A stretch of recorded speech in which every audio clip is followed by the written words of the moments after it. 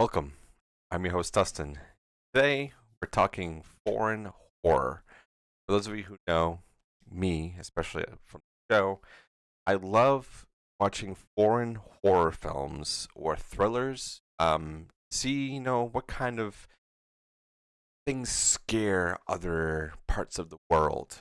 And today, we're going to be covering Dancing Village First Begins. I was actually pretty lucky to have been reached out to by some of the folks who help with PR and stuff for Lionsgate and a bunch of other films, and they said, "Hey, we have a film that I think you might be interested in." And usually these ones I kind of very picky with. I'd say when it comes to Screenbox screeners, I usually grab those and do them immediately. But there's been a lot of things that flow through the podcast email a lot. Being like, here's a film, here's a film, and since this one is foreign, it's an Indonesian film, and there's not that many out there that we can watch here in the States. And what's really interesting about this one is that it is actually going into theaters. And there's actually some things in here that I'm going to read from the email to give you guys some more information on what's going on before I dive into it. So it's actually a prequel to the KKN the Desa Penari, which I probably butchered that, which was the highest grossing Indonesian film in history. It was released in 20. This film is the first one to be made for IMAX Asia, from Southeast Asia, and in 2024, which is pretty amazing, to be honest. And then it also says it will be one of 5 films made for IMAX productions worldwide. So that's really really cool that we're seeing foreign countries, especially from Asia, kind of come over here and take over the big screens, especially on IMAX. I remember when IMAX first came out, and it was the biggest thing. Like, if you didn't go to IMAX to see a film, you were not doing it right. And of course, over the years, it's progressed and gotten so much better. And yeah, there really weren't a lot of foreign films being shown on IMAX. See that we're now diving into other cultures and other parts of the world for them to go on a massive screen. If people listening to the show have not been to an IMAX theater, the screen is ginormous. It's huge. It's really immersive. It's so I'm really happy that they were able to do that. And for those of you who are asking, when is this coming out? It will be out actually this week on Friday, April 26th. And I think they have a little bit of a synopsis here. So I'll go ahead and read that, and then I'll go into my thoughts and whatnot in this film. I'm not going to spoil anything. I don't want to do that. I just kind of want to build a little bit of hype for this, especially if you're a foreign horror / thriller fan like myself. But here's the synopsis. In this horror thriller, a shaman instructs Mila to return a mystical bracelet to Dancing Village, a remote site on the most tip of Java Island. Joined by her cousin Yuda and his friends Jito and Arya, Mila arrives on the island only to discover that the village elder has passed away, and that the new guardian, Boyot, isn't present. Various strange and eerie events occur while waiting Boyot's return, including Mila being visited by somebody very powerful, a mysterious mythical being who rules the village. When she decides to return without the help of Boyet, Mila threatens the village's safety, and she must join a ritual to select the new Dua, a cursed soul forced to dance for the rest of her life. So, one reason why I really like this film, like going off the bat, is to see how other cultures talk about spirits, or to go some sort of mystical realm, whatever it is. And for this one to be like a village where you're picked in this ritual, have to dance for eternity, essentially. And if you don't do it, then the village, things die. There's there's rot everywhere. Your livestock dies, which happens in the film. Not really much of a spoiler. I think it was actually even shown in the trailer. Um, but yeah, Beulah has to go to this village because her mom is sick, and another person who her mom is, and they had the same kind of symptoms doing the exact thing. And right off the bat, when you go into this village, you're like, it's a bit weird. You meet dancing, um, kind of out of nowhere. And the shaman that they referenced in Synopsis was actually somebody who was helping Mila, trying to figure out what's wrong with mother, and going down the road in this film of what really tipped him off to send Mila there. So she has a couple of drawings that he was drawing while like healing the earth and whatnot, as shamans would do, and also was given bracelet. Go to this place, return this bracelet. Don't, your mother is going to die.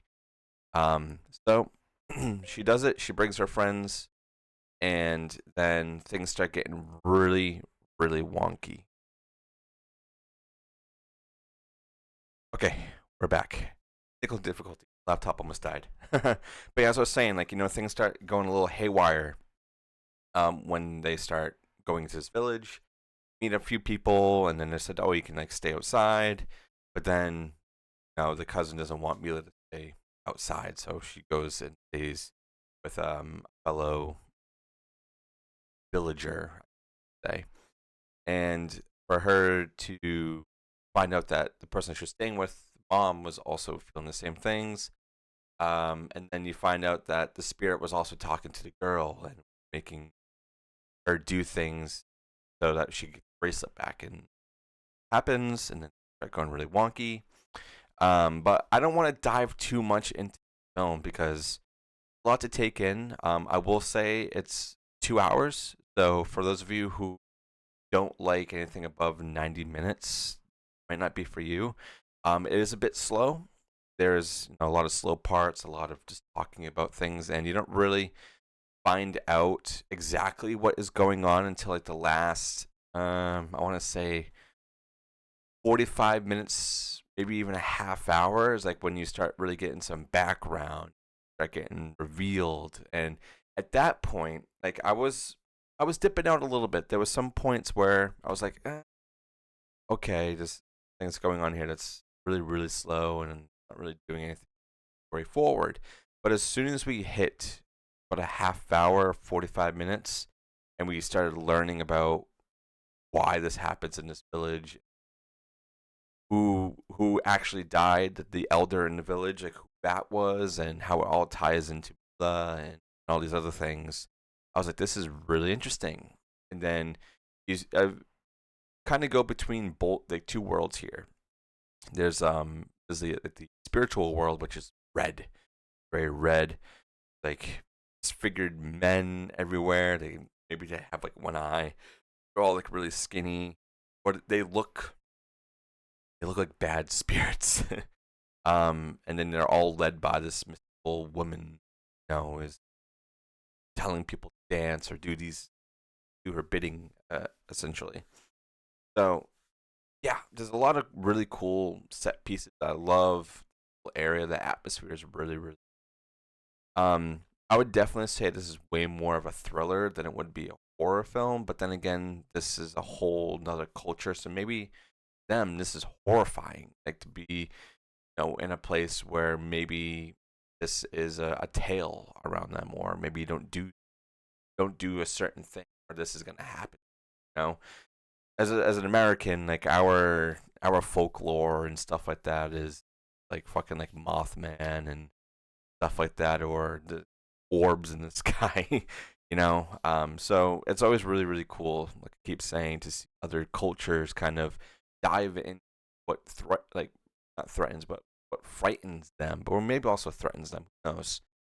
So yeah, definitely go check this one out when it comes out this Friday, April 26th of 2024.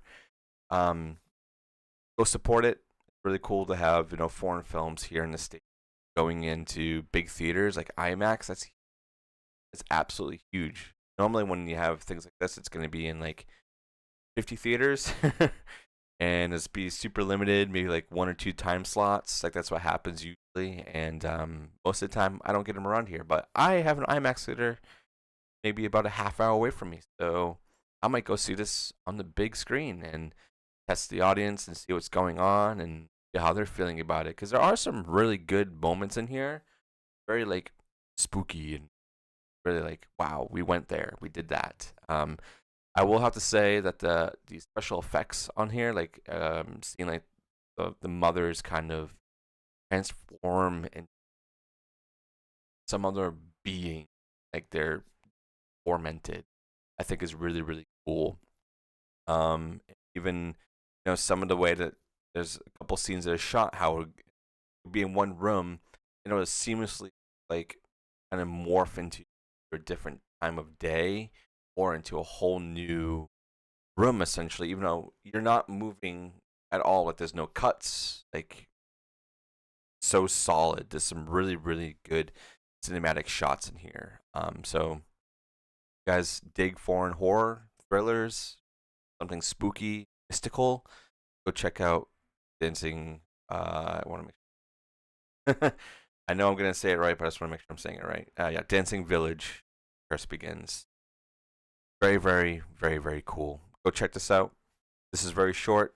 I will give you my rating though, for sure. Even though I didn't want to spoil anything too much, because I want you to really go into this, have a good time with it. I will say it's about a 7.5 for me. Um, Not really super high on the spook factor, but really cool with storytelling and set designs and diving into the world. And for there to be more films coming out with this, stoked. So thank you guys so much for being here. Catch you on the next one.